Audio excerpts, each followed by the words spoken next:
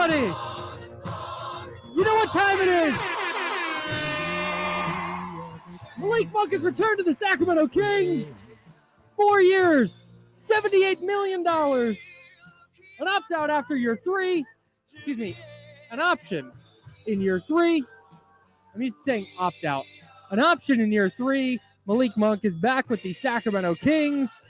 The biggest offseason domino has fallen. It has fallen the Kings' way. Oh, it's party time, everybody. 916-909-1320, 916-909-1320. If you want to jump in here, pretend Malik Monk's listening. What do you want to say to Malik now that he's going to make Sacramento his home for at least the next 3 seasons, hopefully well beyond that? Good morning, James Hammer. Happy Friday. Happy Friday, Kyle. This is a big one, man. It takes the offseason and just tilts it in a totally different way. This is one of the biggest moments in Kings free agent history over the last probably 2 decades. And it feels so different because this doesn't happen. This is a player who chose not to explore free agency, didn't even want to take a look, didn't even take a peek. Allegedly. I'm sure he had I'm sure he had an idea of what was out there. Yep. But did not even push this, did not even wait to see, hey, let's see how the board plays out and see if there's some team that's going to make me this offer that I can't refuse. Said, no, don't love what's out there. Not here. Screw it. I'm going back to Sacramento. This is where he wants to be. Mm-hmm. He takes the 4-year, $78 million contract with the option after year 3. Yep. And he puts the Kings in position to know exactly where they're at financially, to know exactly where they're at come NBA draft time. Yep. And they can now operate with through the rest of this offseason, because how much have we talked about the offseason for the Kings this year?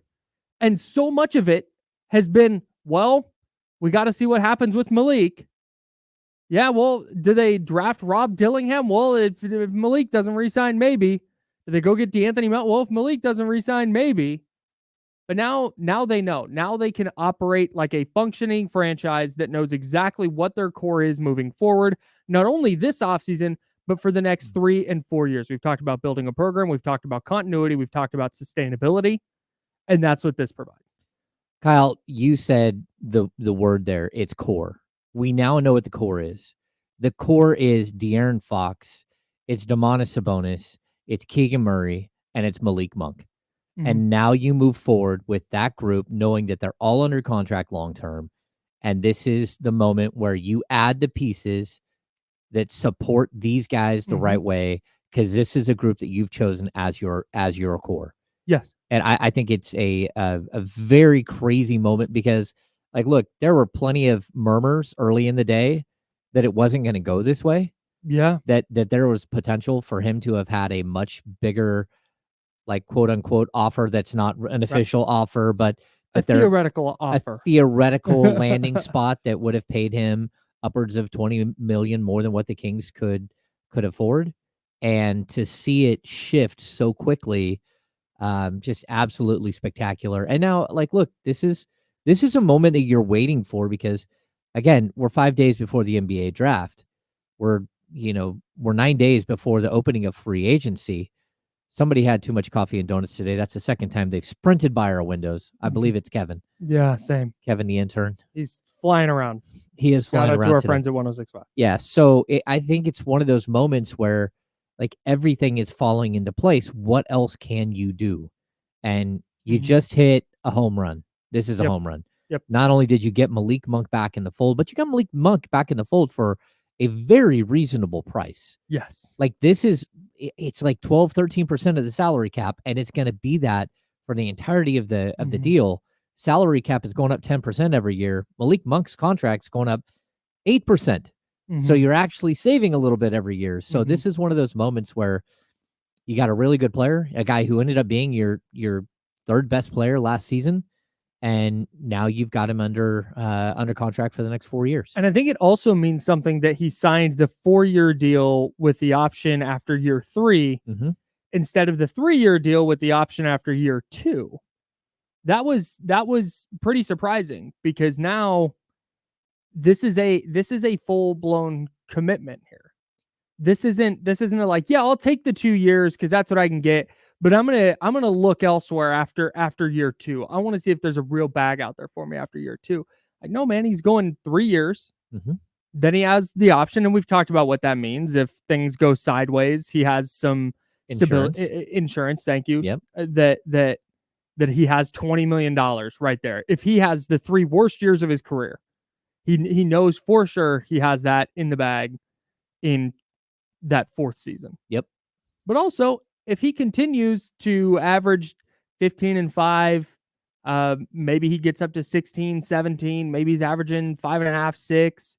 Now all of a sudden, hey, maybe there's a little bit more money down the road after year 3 for him, which would be super well deserved by that point.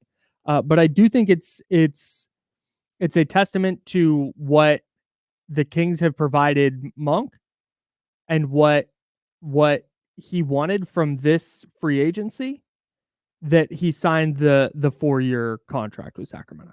Yeah, I think there's something else that's hiding in here, right? So we know that this deal is done because his agent spoke to Adrian Wojnarowski, right? Mm-hmm. That's where the report comes. It's very clear. Jeff Schwartz literally names him, and Malik's brother, mm-hmm. who's part of this picture as well. But I think this is a point I'm going to pull out that I'm not sure that everyone is caught. That's an agent reporting to a reporter. He's telling a reporter what's happening. Mm-hmm. There is no mention of Malik Monk as a starter. Yes. There is no demand or like very pointed. The Kings have chosen to give Malik Monk the starting job as part of the deal. There's none of that. So he's going to come back and we don't know what his role might be. It could be a starter, mm-hmm. but I also think that there wasn't that element of this where he demanded something that maybe isn't what's best for him. Maybe what's best for him is to be in the position he's in and to take off and be this player for the next, 8 years of his career, 10 years of his career. Yeah. And if you're Malik, you're looking at a situation in Sacramento where you're getting to play. It's not like he's the 4th guy off the bench. He is the 6th man. He is in closing lineups. And I know every player wants to start. Every player in NBA history has wanted to be in the starting lineup. Yep. That's just I want to be in the starting lineup. 1,000%. Yeah. 1,000%. I was at 95.7. I was a producer and a backup. I wanted to be a starter. That's just, I loved my job. I love what I did, but hey, you know what? You always want to be, but if you're Monk in this situation, you're looking at the situation you're in basketball wise. Man, I averaged career highs in points and assists coming off the bench.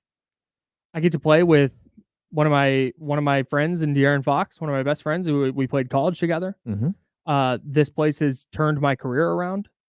And also I'm going to make upwards of between 17 and 20 million for each of the next 3 years to do that. Mm-hmm. So it's good money in a good basketball situation. And I think you're looking at his injury against Dallas in the last couple weeks of the season. And he's going, hey, I was the missing piece here. We're a playoff team if I'm healthy. Oh, I totally agree. And when you look at the West, it's that's a tough West. But then you see the Kings going, hey, 3-1 against Denver. They beat Minnesota in Minnesota. 2-1. They split with Dallas. Split with OKC. Right. So you're going, man, you know what? I could go to Orlando or Detroit or Toronto or whatever. And okay, maybe I'm starting, but is that the best spot for me? We talked about this the other day, the possible landing spots. Mm-hmm. And it's taking the purple glasses off. Objectively, Sacramento was the best basketball spot for him. And it's not like he's getting paid pennies. It's not like he's not making any money here. Yeah, he's doing just fine. Doubled his pay. Yeah, he's doing fine. Yeah, I mean, he made $9.9 million last year. Mm-hmm. He 175% raise mm-hmm. because that's the best the Kings could do. Yeah. But that's a healthy raise over what. And let's just go back 2 years earlier when he was making a league minimum deal or mm-hmm. a 1 year $5 million deal or whatever it was with the Lakers. Mm-hmm. This is a payday. This is a huge payday for him. And this is not like when the Kings signed Anthony Tolliver to a 3-year $24 million deal, and he literally made more money in his first year than he had in the first 6 years of his career combined. Jeez. That's not what this is. But this is a high-level basketball player that was a top a top pick. He was a lottery pick when he came out of the draft. Mm-hmm. It didn't work out in Charlotte, and he Mm-hmm. felt like he was almost out of the league. He gets to the Lakers, and it's like, okay, like this is cool, but the Lakers don't have any money. Mm-hmm. He stumbles into Sacramento and to play with Fox, and just finds like an NBA home. And I Mm-hmm. think so much of the NBA is opportunity and finding the right fit, not just for a team looking for the right fit, but a player to find the Mm-hmm. right spot for him. And I think that re-signing Mike Brown was a huge part of this. I think it adds the stability that the Kings are looking for. And I'd also say that what happened in Detroit, it's very possible. Detroit, it was hot on the trail of Malik Monk. It's very possible that that situation going sideways in the last 2 days with him firing Monty Williams, it's possible that played a part in this decision. We'll ask him down the road, Mm-hmm. but there's a good possibility that it was like, okay, well, maybe I'll listen to Detroit. Maybe I could be the guy who can glue this young core together. And then it's like, okay, look, you guys you won 14 games and then you just squandered another $65 million on the next Crazy. On your head coach, and you fired him, and now you don't have a head coach, and now you're talking about young, like that whole situation got weird quick. Mm-hmm. And I think that could have played a role in what happened here and sort of where Malik decided to go. I think this is a great sign for Sacramento too, and just kind of the direction they're going. It's the opposite of what we see with Detroit. Detroit has no idea. Detroit is just stacking young former lottery picks, whether they're their own or some other teams, and going, yeah, hey, maybe they'll be good eventually. Mm-hmm. What are we doing at head coach? I don't know. Let's throw a bunch of money at Monty Williams. That didn't work out after year one. Let's can him in the middle to end of June and then reshuffle the deck. That's insane. Yeah. But if this was, let's say all things are the same with Malik in his role and what he does statistically, but this is the 2017 Kings, I don't think he's coming back. Oh, no, it's very possible he's not coming back. Right. It's a great used Sacramento as a springboard to go elsewhere and continue my basketball journey. Yeah. And that's not there. I am of the mind, and you just said it earlier, there was very likely, if he waited until, what was it, July 6th? Yep. If he'd waited till July 6th, there would probably be 20 plus million on the table for him annually. Yeah. I think if he would have waited until June 30th, when free agency opened, Mm-hmm. that there at least could have been an offer closer to 25. Like that's what this felt like it was going. Mm-hmm. And this does secure him here. Yes. And I think it's a place he's comfortable. He loves to golf, and it's the right place at the right time. And he also, on top of this, we might blow through the break. We'll see how this goes. Okay. On top of this though, it's knowing that, okay, maybe I wait till June 30th. And maybe there's an offer out there that I like, maybe there's not, but we'll kind of see. I could always come back to the Kings. But by then, there is no certainty for them in the draft, going into free agency, where now all of a sudden this team, this championship contender that you're trying to build, it makes it a lot harder because they're waiting on Malik. And so by doing it now, he makes that building effort a lot easier. Oh, yeah. I think he really just cleared the runway. Yeah. That's what he did. All right. We're not going to blow through the break.